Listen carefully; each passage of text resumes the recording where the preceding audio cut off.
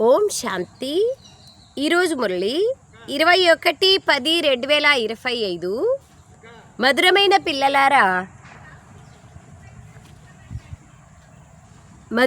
పిల్లలారా, ఉదయమే లేచి బాబాతో మధురాతి మధురంగా మాట్లాడండి. విచారసాగర మంథనం చేసేందుకు ఉదయం సమయం చాలా మంచిది. బాబా అంటున్నారు, అమృతవేళ లేచి బాబాతో మధురాతి మధురంగా మాట్లాడాలి. విచారసాగర మంథనం చేసేటువంటి సమయం ఉదయం చాలా మంచిది అని బాబా చెప్తున్నారు.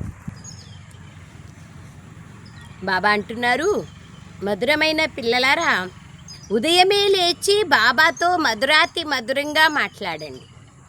విచారసాగర మంథనం చేసేందుకు ఉదయం సమయం చాలా మంచిది. ఎందుకంటే ఏకాంతంగా ఉంటాము, వాతావరణం సైలెన్స్గా ఉంటుంది. తద్వారా మనం చాలా మంచిగా విచారసాగర మంథనం, ఫ్రెష్ మైండ్ ఉంటుంది. విచారసాగర మంథనం మంచిగా ఉంటుంది. ప్రశ్న, అప్పుడే నిద్ర కూడా వస్తుంది, అప్పుడే సోమర్తనము వస్తుంది, అన్నీ వస్తాయి. ఆవలింపులు, నిద్ర, సోమర్తనము ఇవన్నీ అప్పుడే వస్తాయి. కాబట్టి అది కూడా ఒకవైపు మనం అటెన్షన్ అనేది పెట్టాల, చాలా కేర్ఫుల్గా యాక్టివ్గా ఉండాల. ప్రశ్న, భక్తులు కూడా భగవంతుణ్ణి సర్వశక్తివంతుడు అంటారు, అలాగే పిల్లలైన మీరు కూడా అంటారు. కానీ ఇద్దరిలోని తేడా ఏమిటి? జవాబు, భగవంతుడు ఏది కావాలంటే అది చెయ్యగలడు, సర్వస్వము అతడి చేతిలోనే ఉంది అని భక్తులు అంటారు. కానీ తాను కూడా డ్రామా బంధనంలో బంధింపబడి ఉన్నారని బాబా చెప్తున్నారు. ఏది కావాలంటే అది చేయగలరని భక్తులు అంటారు. కానీ బాబా అంటారు, డ్రామా బంధనంలో బాబా కూడా బంధింపబడి ఉన్నారు. డ్రామా సర్వశక్తివంతమైనది. బాబాలో సర్వులకు సద్గతినిచ్చే శక్తి ఉన్న కారణంగా వారిని సర్వశక్తివంతుడు అంటారు. ఎవ్వరూ ఆక్రమించలేనంత రాజ్యాన్ని వారు స్థాపిస్తున్నారు. మనతో ఎవ్వరూ లాక్కోలేరు. అలాంటి రాజ్యాన్ని బాబా మనకు ఇస్తున్నారు. ఓం శాంతి. ఓం శాంతి. బాబా ఓం శాంతి అని ఎవరన్నారు? బాబా అన్నారు. ఓం శాంతి. ఇప్పుడు ఓం శాంతి అని ఎవరన్నారు? బాబా అన్నారు, బ్రహ్మ బాబా. ఇప్పుడు పిల్లలైన మీరు దీన్ని గుర్తించారు. ఒక ఓం శాంతి శివబాబా అన్నారు, మరొక ఓం శాంతి బ్రహ్మ బాబా అన్నారు. ఇప్పుడు మనము దీన్ని గుర్తించాం. ఉన్నతోన్నతుడైన బాబా మహిమ అపారమైనది. అతడు సర్వశక్తివంతుడు. అతడు చేయలేనిదేమీ ఏమీ లేదు. ఈ భక్తి మార్గము వారు సర్వశక్తివంతుడు అన్న పదానికి చాలా భారీ అర్థాన్ని చెప్తారు. కానీ డ్రామానుసారంగా అన్నీ జరుగుతాయి. నేనేమీ చెయ్యను, నేను కూడా ఈ డ్రామాలో బంధింపబడి ఉన్నాను అని బాబా అంటారు. కేవలం మీరు బాబాని స్మృతి చేయడం ద్వారా సర్వశక్తివంతులుగా అయిపోతారు. బాబా అతి గొప్ప తండ్రి, నిరహంకారిగా ఈ మాట చెప్తారు. తయారు చేసింది ఆయనే కదా డ్రామా. డ్రామా బంధనంలో బంధింపబడి ఉన్నారు అంటే అది సుఖకరమైన బంధనం, అంతేగాని దుఃఖమేముండదు ఆ బంధనంలో. బాబా ఎంత బాగా తప్పించుకుంటారు తనకి తాను ఈ మాట చెప్పి. కేవలం మీరు బాబాని స్మృతి చేయడం ద్వారా సర్వశక్తివంతులుగా అయిపోతారు. పవిత్రులుగా అవ్వడం ద్వారా తమోప్రధానుల నుండి సతోప్రధానులుగా అయిపోతారు. పవిత్రులుగా అయితేనే తమోప్రధానుల నుండి సతోప్రధానులుగా అవుతారు. బాబా సర్వశక్తివంతుడు, వారు మీకు నేర్పించాల్సి ఉంటుంది. పిల్లలు, మీరు నన్ను స్మృతి చేసినట్లయితే మీ వికర్మలు వినాశం అవుతాయి.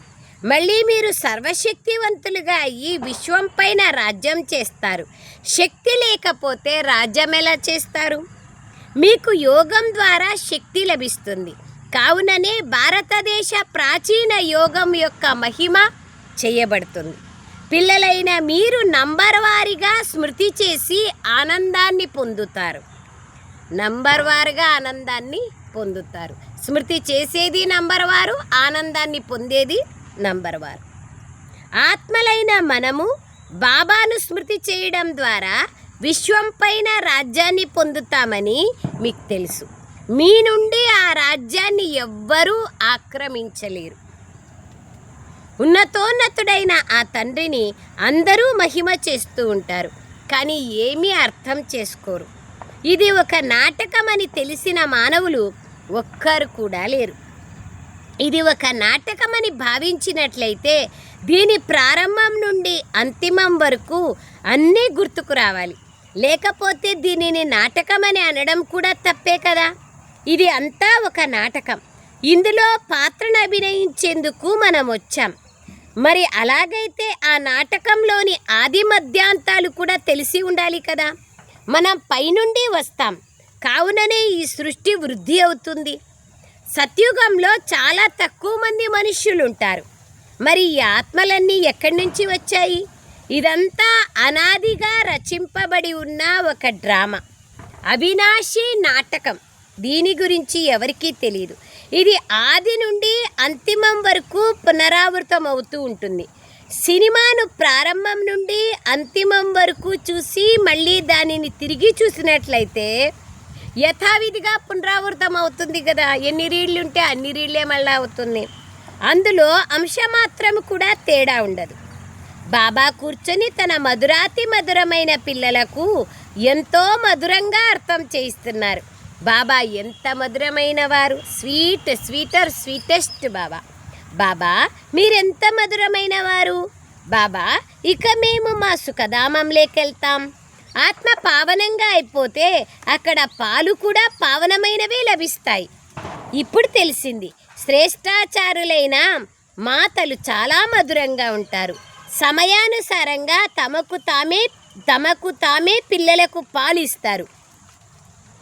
అక్కడ పిల్లలు ఏడవాల్సిన అవసరం ఉండదు. ఈ విధంగా వీటిని కూడా విచారసాగర మంథనం చేయాల్సి ఉంటుంది.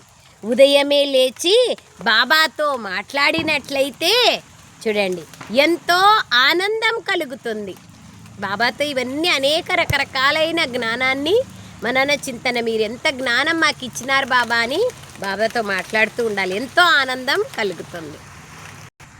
జ్ఞానం యొక్క విచార సాగర మంథనం చేస్తే ఎంతో ఆనందం కలుగుతుంది అని బాబా వాళ్ళు అంటున్నారు. బాబా మీరు శ్రేష్టమైన రాజ్యస్థాపన చేస్తున్నారు, ఎంత మంచి ఉపాయాలని చెప్తున్నారు. రోజు రోజు మళ్ళీ మేము శ్రేష్టాచారి మాతల ఉడిలేకెళ్తాము. అనేక సార్లు మేమే ఆ కొత్త సృష్టిలోకి వెళ్ళాము. ఇప్పుడు మళ్ళీ మా ఆనందమయమైన రోజులు రానున్నాయి. ఇదే సంతోషమనే మందు. కావుననే అతీంద్రియ సుఖం గురించి తెలుసుకోవాలనుకుంటే గోపికలను అడగండి అనే గాయనం ఉంది. ఇప్పుడు మనకు బేహద్దు తండ్రి లభించారు. ఇప్పుడు మనల్ని తిరిగి మళ్ళీ స్వర్గానికి యజమానులుగా శ్రేష్టాచారులుగా తయారు చేస్తున్నారు. కల్పకల్పము మనము మన రాజ్యభాగ్యాన్ని తీసుకుంటాం, ఓడిపోతాం, మళ్ళీ విజయాన్ని పొందుతాం. ఇప్పుడు బాబాను స్మృతి చేయడం ద్వారా రావణ్ణి పైన విజయాన్ని పొందాలి. మళ్ళీ మనము పావనంగా అయిపోతాం. అక్కడ యుద్ధాలు, దుఃఖము మొదలైన వాటి విషయాలే ఉండవు. అక్కడ ఏ ఖర్చు లేదు. భక్తి మార్గంలో జన్మాంతరాలుగా ఎంతో ఖర్చు చేస్తూ వచ్చారు. ఎన్నో ఎదురు దెబ్బలు తిన్నారు. భక్తి మార్గంలో అనేకమైన ఎదురు దెబ్బలంటే తెలియక చేసినటువంటివి అనేకంగా ఉన్నాయి కదా. అందుకే బాబా అంటున్నారు ఎన్నో ఎదురు దెబ్బలు భక్తి మార్గంలో తిన్నారు, అనుభవించారు. ఎంతోమంది గురువుల వద్దకు వెళ్ళారు. ఇప్పుడు మళ్ళీ అర్ధకల్పం వరకు ఏ గురువు వద్దకు వెళ్ళాల్సిన అవసరం లేదు. అంతే కదా. సద్గురువు లభించాక మళ్ళీ ఏ గురువు యొక్క అవసరము లేదు.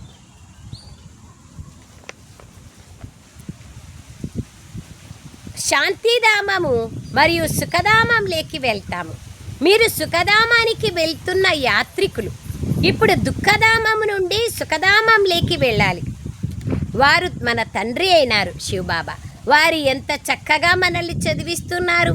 మన స్మృతి చిహ్నాలు కూడా ఇక్కడ ఉన్నాయి. ఇది ఒక పెద్ద అద్భుతం. ఈ దిల్వాడా మందిరం యొక్క మహిమ అపారమైనది. ఇప్పుడు మనం రాజయోగాన్ని నేర్చుకుంటున్నాం. మరి దాని స్మృతి చిహ్నం తప్పకుండా తయారవుతుంది కదా. ఇది తప్పకుండా మన స్మృతి చిహ్నమే. బాబా, మమ్మ మరియు పిల్లలు కూర్చున్నారు. కింద యోగం నేర్చుకుంటున్నారు. పైన స్వర్గరాజ్యం ఉంది. వృక్షంలో కూడా ఇది ఎంత చక్కగా ఉంది. బాబా చూడండి ఎలా సాక్షాత్కారం చేయించారో. మళ్ళీ కూర్చొని ఆ సాక్షాత్కారాల చిత్రాలను తయారు చేయించారు. కల్పవృక్షం బాబానే సాక్షాత్కారం చేయించారు. మళ్ళీ బాబాయే వాటిని సరిదిద్దారు. ఇది ఎంత అద్భుతం. సందేశీ శరీరంలో వచ్చి, బ్రహ్మబాబా శరీరంలో వచ్చి, శివబాబానే స్వయం వాటినన్నింటినీ సరిచేశారు ఆర్టిస్టులకు చెప్పి.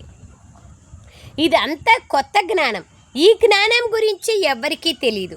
బాబానే కూర్చొని అర్థం చేయిస్తున్నారు. మనుషులు ఎంత తమోప్రధానులుగా అవుతున్నారు. ఇది మనుష్య సృష్టి, అలా విస్తరిస్తూనే ఉంటుంది. భక్తి కూడా వృద్ధిని పొందుతూ పొందుతూ తమోప్రధానం అవుతూ ఉంటుంది. ఇక్కడ మీరు సతోప్రధానులుగా అయ్యేందుకు పురుషార్థం చేస్తున్నారు. గీతలో కూడా మన్మనాభవం అన్న పదం ఉంది, కానీ కేవలం భగవంతుడంటే ఎవరో వారికి తెలియదు. ఇప్పుడు పిల్లలైన మీరు ఉదయమే లేచి మనుషులకు భగవంతుని పరిచయాన్ని ఎలా ఇవ్వాలి అని విచారసాగర మంథనం చేయాలి. భక్తిలో కూడా మనుషులు ఉదయమే లేచి ఒక గదిలో కూర్చొని భక్తి చేస్తారు. అది కూడా విచారసాగర మంథనమే కదా. ఇప్పుడు మీకు జ్ఞానం అనే 3వ నేత్రం లభించింది. బాబా 3వ నేత్రాన్ని ఇచ్చే కథని వినిపిస్తున్నారు. దీన్నే త్రినేత్రి కథ అంటారు. 3వ నేత్రాన్ని ఇచ్చే కథ, అమర కథ, సత్యనారాయణ కథ, ఇవి ప్రసిద్ధమైనవి. వీటిని వినిపించేవారు ఒక్క బాబానే. అవే భక్తి మార్గంలో కొనసాగుతూ వచ్చాయి. జ్ఞానము ద్వారా పిల్లలైన మీరు సంపన్నులుగా అవుతారు. కావుననే దేవతలను పదమాపదంపతులు అని అంటారు. దేవతలు చాలా సుసంపన్నంగా పదమాపదంపతులుగా అవుతారు. కలియుగాన్ని సత్యుగాన్ని పోల్చి చూడండి. రాత్రికి పగలుకున్నంత తేడా ఉంది. మొత్తం ప్రపంచమంతా శుభ్రమయ్యేందుకు సమయం పడుతుంది. మనం సత్యుగంలోకి ట్రాన్స్ఫర్ కావాలంటే ప్రపంచం కొత్తగా మారాలి కదా, పవిత్రంగా. దానికి టైం పడుతుంది శుభ్రమయ్యేకి. ఇది బేహద్ ప్రపంచం. భారతదేశం అవినాశీ ఖండం. ఇది ఎప్పుడూ ప్రాయలోపం అవ్వదు. అర్ధకల్పం ఈ ఒక్క ఖండమే ఉంటుంది సత్యత్రేతాయుగాలలో. ఆ తర్వాత మిగిలిన ఖండాలు అనేక మంది కనుక్కుంటారు. ఇది ఇప్పుడు ప్రాయలోపం అవ్వదు. ఇది ఎప్పుడూ ప్రాయలోపం అవ్వదు. భారతదేశం అర్ధకల్పం ఈ ఒక్క ఖండమే ఉంటుంది. ఆ తర్వాత మిగిలిన ఖండాలు నంబర్ వారుగా ప్రత్యక్షం అవుతాయి. పిల్లలకు బాబా ఎంత జ్ఞానాన్ని ఇస్తున్నారు. ప్రపంచ చరిత్ర మరియు భూగోళం ఎలా పునరావృతమవుతుందో ఇక్కడికి వచ్చి అర్థం చేసుకోండి అని చెప్పండి. ప్రాచీన ఋషులకు మునులకు ఎంతో గౌరవం ఉంది, కానీ వారికి కూడా సృష్టి ఆది మధ్యాంతాల గురించి తెలియదు. వారు హఠయోగులు. వారిలో పవిత్రత శక్తి ఉంది. దాని ద్వారానే వారు భారతదేశాన్ని నిలబెట్టారు. లేకపోతే భారతదేశం ఏమై ఉండేదో తెలియదు. ఇంటిని కూడా శుభ్రం చేస్తారు కదా, అప్పుడే దానికి శోభ వస్తుంది. భారతదేశం చాలా ఉన్నతంగా పవిత్రంగా ఉండేది. ఇప్పుడు అదే పతితంగా అయింది. అక్కడ మీ సుఖము కూడా చాలా సమయం ఉంటుంది. 2500 సంవత్సరాలు ఉంటుంది సత్యుగంలో సుఖం. ఇక్కడంతా అల్పకాలికమే కదా.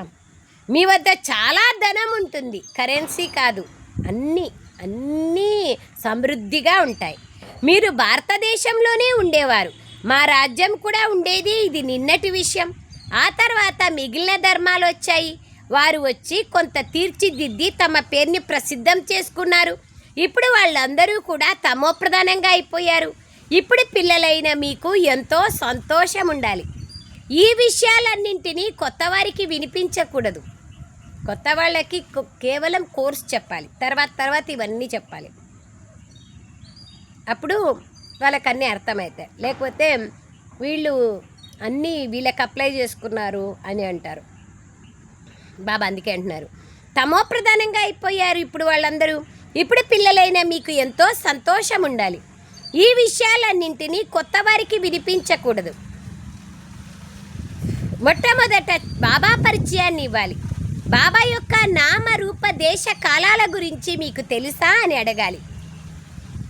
ఉన్నతోన్నతుడైన ఆ తండ్రి పాత్ర ఎంతో ప్రసిద్ధమైనది. ఇప్పుడు ఆ తండ్రియే మనకు డైరెక్షన్ ఇస్తున్నారు. మీరు మళ్ళీ మీ రాజధానిని స్థాపించుకుంటున్నారు. పిల్లలైన మీరు నాకు సహాయకులుగా ఉన్నారు. మీరు పవిత్రులుగా అవుతున్నారు. మీకోసం పవిత్ర ప్రపంచం తప్పకుండా స్థాపించబడుతుంది. ఇప్పుడు పాత ప్రపంచం మారుతోంది, మీరు రాయొచ్చు. మళ్ళీ కొత్త ప్రపంచం అనేది వచ్చేది ఉంది. సూర్యవంశీ చంద్రవంశీ రాజ్యం వస్తుంది, దాని తర్వాత రావణ రాజ్యం వస్తుంది. చిత్రాలను చూపి అర్థం చేయించడం చాలా మధురంగా ఉంటుంది. వీటిలో తిథి తారీఖు అన్నీ వ్రాయబడి ఉన్నాయి. భారతదేశ ప్రాచీన రాజయోగం అంటే స్మృతి. స్మృతి ద్వారానే వికర్మలు వినాశం అవుతాయి. అలాగే చదువు ద్వారా ఉన్నత పదవి లభిస్తుంది. దైవీ గుణాలను ధారణ చేయాలి, కానీ మాయ తుఫాన్లు తప్పకుండా వస్తాయి. ఉదయమే లేచి బాబాతో మాట్లాడడం చాలా మంచిది. భక్తి మరియు జ్ఞానం ఈ రెండింటి కొరకు ఈ సమయం మంచిది. మధురాతి మధురమైన మాటలను మాట్లాడాలి. ఇప్పుడు మనం శ్రేష్టాచారి ప్రపంచంలోకి వెళ్తున్నాం.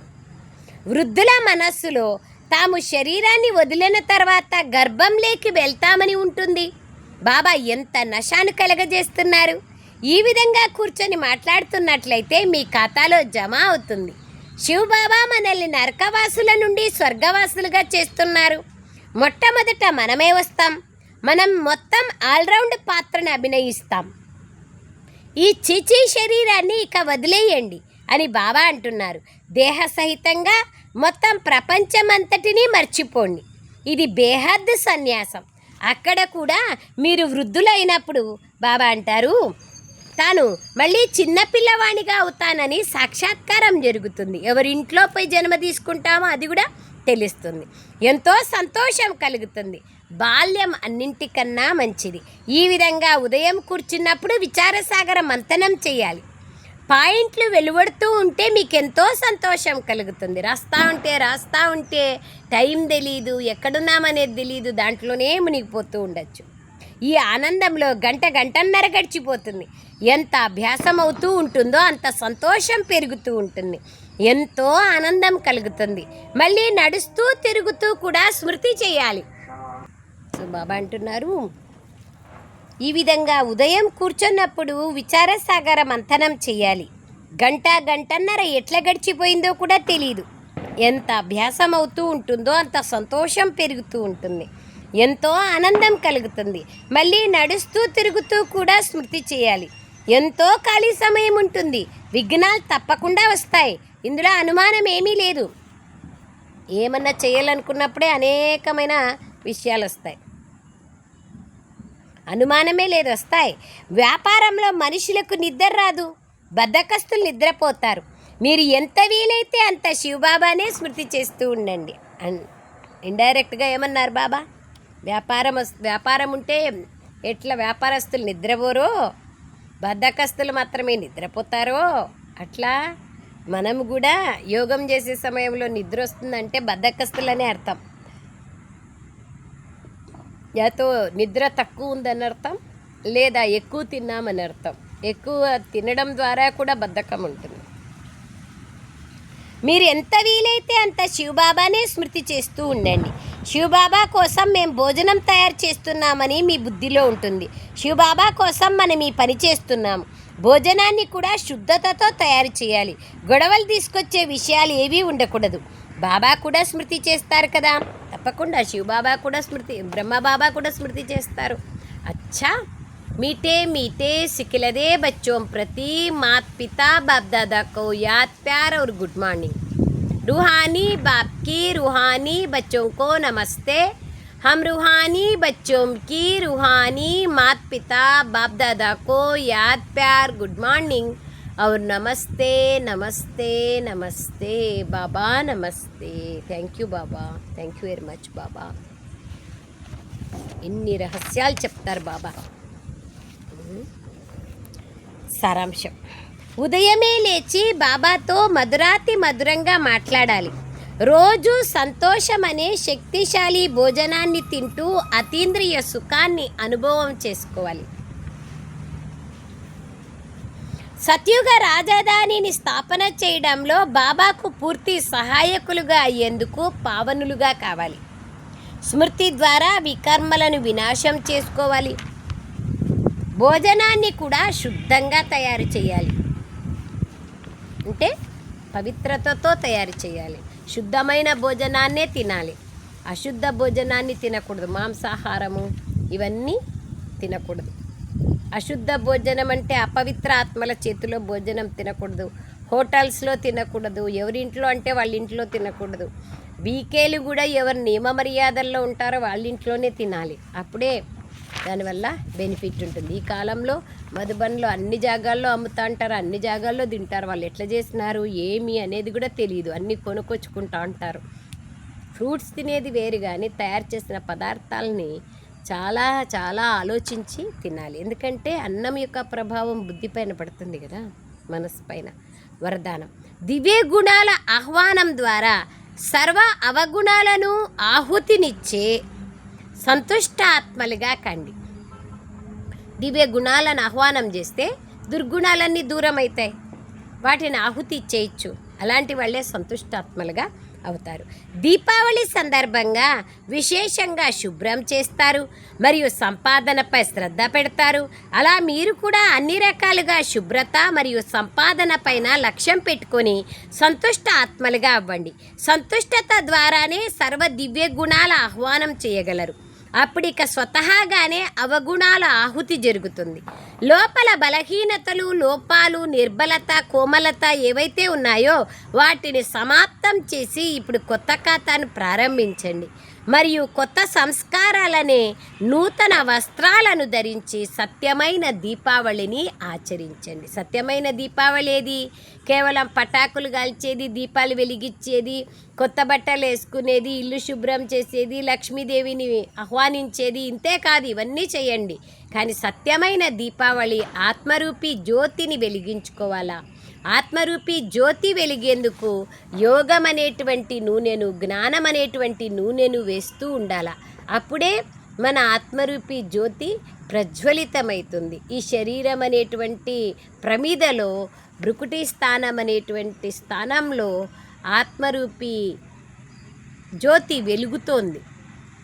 దానికి నూనె లేకపోతే ఏమవుతుంది? వికారాల కరుడుగట్టింది. నూనె లేదు, వికారాల కరుడుగట్టింది. ఇంకా ఆరిపోయే స్థితిలో ఉన్నప్పుడే బాబా వచ్చి తన పిల్లలుగా చేసుకున్నారు. అదే నిజమైన దీపావళి. కొత్త పుస్తకాలను పెట్టడం అంటే పాత ఖాతాలను మళ్ళీ ఫార్వర్డ్ చేస్తారు, కానీ పాత ఖాతాలను, అప్పులన్నీ సమాప్తం ఏం చెయ్యరు. ఇక్కడ బాబా ఏమంటున్నారు?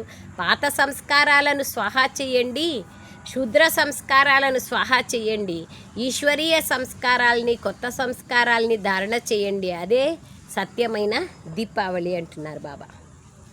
అదే ఆత్మకు వస్త్రం, సంస్కారాలు. స్లోగన్: స్వమానం అనే సీట్పై ఎల్లప్పుడూ సెట్ అయి ఉండాలంటే దృఢ సంకల్పం అనే బెల్ట్తో మంచిగా బిగించుకోండి. ఎట్లా డ్రెస్ లూజ్గా ఉంటే బెల్ట్ అవసరమో, టైట్ చేస్తుందో, అట్లా స్వమానం అనే సీట్ పైన కూర్చుంటే, ఇట్లా మనం ఫ్లైట్లో పోయినప్పుడు ఏం చేస్తాం? సీట్లో కూర్చున్నాక బెల్ట్ తప్పకుండా వేసుకోవాలి. సో బెల్ట్ వేసుకుంటే ఏమవుతుంది? దృఢత అనే బెల్ట్ మంచిగా వేసుకుంటే బాగా కదలకుండా కూర్చోగలుగుతాం. అలాగే ఇక్కడ కూడా మన సంకల్పాలు అనేటువంటి విషయాలను ఉన్నతంగా తీసుకుపోవాలంటే దృఢత అనేటువంటి బెల్ట్ వేసుకున్నప్పుడే మనం అచలంగా, స్థిరంగా ఉండగలుగుతాం. అవ్యక్త సూచన: స్వయం కోసం మరియు సర్వుల కోసం మనసు ద్వారా యోగశక్తులను ప్రయోగించండి. నా కోసము, అన్యుల కోసం. శాంతి శక్తి యొక్క ప్రయోగాన్ని ముందుగా స్వయం కోసం, తనువు యొక్క వ్యాధి పైన ప్రయోగం చేసి చూడండి. నా శక్తి ద్వారా కర్మబంధనము మధురమైన సంబంధ రూపంగా మారిపోతోంది అని. ఈ కర్మభోగము కర్మ యొక్క కఠిన బంధనం. శాంతి శక్తి ద్వారా నీటి మీద గీతలాగా అనుభవం అవుతుంది. ఎంతసేపు నిలుస్తుంది అది? నీటి మీద గీత ఒక సెకండ్ కూడా ఉండదు.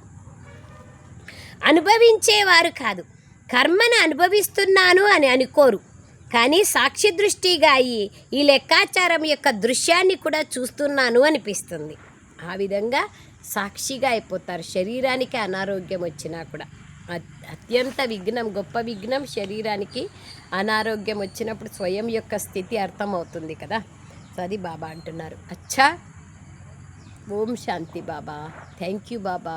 సో సర్వ బ్రాహ్మణ పరివారానికి సత్యమైన దీపావళి యొక్క శుభాకాంక్షలు, శుభాకాంక్షలు, శుభాకాంక్షలు. సో ధన్తెరస్ అయిపోయింది, మొన్న నరక చతుర్దశి అయిపోయింది, అమావాస్య అయిపోయింది. సో ఈరోజు బాయి దూజా అని నార్త్ ఇండియాలో చేసుకుంటారు. అందరూ ఒకరింటికి ఒకరు వెళ్ళి మిలనం చేస్తూ వాళ్ళ ఇంట్లో వీళ్ళ ఇంట్లో వాళ్ళు వచ్చి భోజనం చేస్తూ చేస్తారు.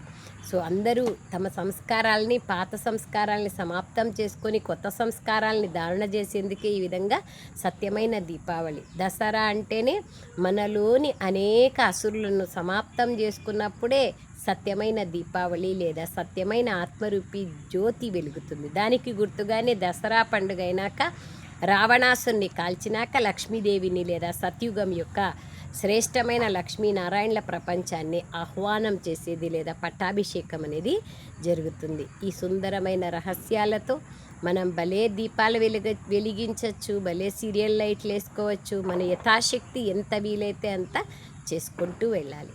ఓం శాంతి. Thank you Baba, thank you.